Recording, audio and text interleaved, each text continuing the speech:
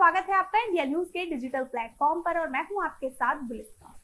मुख्यमंत्री योगी आदित्यनाथ ने कहा कि जब तक नए शिक्षकों की नियुक्ति न हो जाए तब तक सेवानिवृत्त शिक्षकों से ही सेवाएं ली जाए।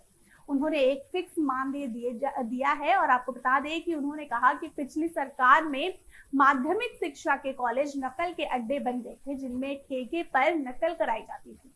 पिछले 6 सालों में इससे सुधार हुआ है और गत वर्ष माध्यमिक शिक्षा परिषद के द्वारा संपन्न हुई हाई स्कूल और इंटरमीडिएट बोर्ड की परीक्षा देश में एक नजीर बन गई है।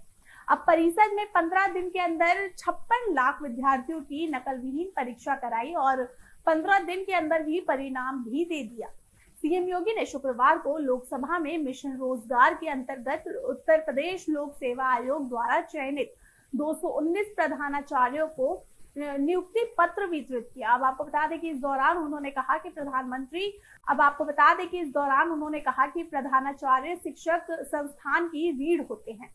अगर प्रधानाचार्य अनुसूचित रहकर कॉलेज में नई गतिविधियों और नवाचारों को बढ़ावा देते हैं तो उनके समर्थक परिणाम सामने आते हैं। अब सीएम योगी ने कहा कि प्रधानाचार्यों को विद्यालयों को रचनात्मक गतिविधियों का केंद्र बनाकर अभिभावकों से संवाद करना चाहिए।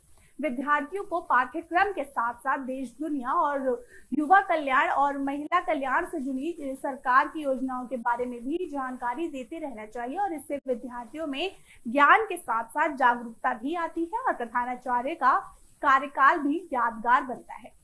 आपको बता दें कि सीएम योगी ने आगे कहा कि ये वही उत्तर प्रदेश है जहां पिछली सरकारों में सुरक्षा के सेंध लगते थी और प्रदेश के नागरिक अपने आप को सुरक्षित महसूस नहीं कर पाते थे। अब अव्यवस्था और अराजकता का वातावरण होता था। दंगे और भ्रष्टाचार भी यहाँ की पहचान थी। निवेशक प्रदेश छोड़कर जा रहे थे। हमारी सरकार ने जब सुरक्षित माहौल दिया तो प्रदेश को ग्लोबल इन्वेस्टर्स समिट के माध्यम से 38 लाख करोड़ रुपए का निवेश का प्रस्ताव प्राप्त हुआ। इससे 1 करोड़ से ज्यादा युवाओं को नौकरी मिलेगी और उन्होंने कहा कि विगत 6 साल में निष्पक्ष और पारदर्शी तरीके से हमारी सरकार 6 लाख नौजवानों को सरकारी नौकरी देने में सफल रही है।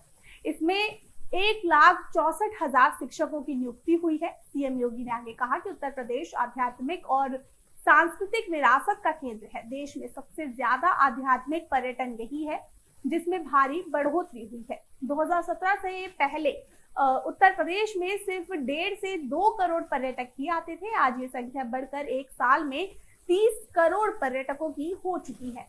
प्रदेश में एक पर्यटक के आने से अलग अलग तरह के रोजगार सृजित होते हैं और उन्होंने आगे कहा कि अगर सामूहिक रूप से कोशिश की जाए तो उत्तर प्रदेश देश की नंबर 1 अर्थव्यवस्था बन सकती है। इसके हर क्षेत्र में कार्य करने वाले व्यक्ति को अपने स्तर पर काम करने होंगे और सीएम योगी ने आगे कहा कि उत्तर प्रदेश शिक्षा का केंद्र रहा है। आजादी के वक्त देश के अलग अलग राज्यों में शिक्षा की आपूर्ति उत्तर प्रदेश करता था।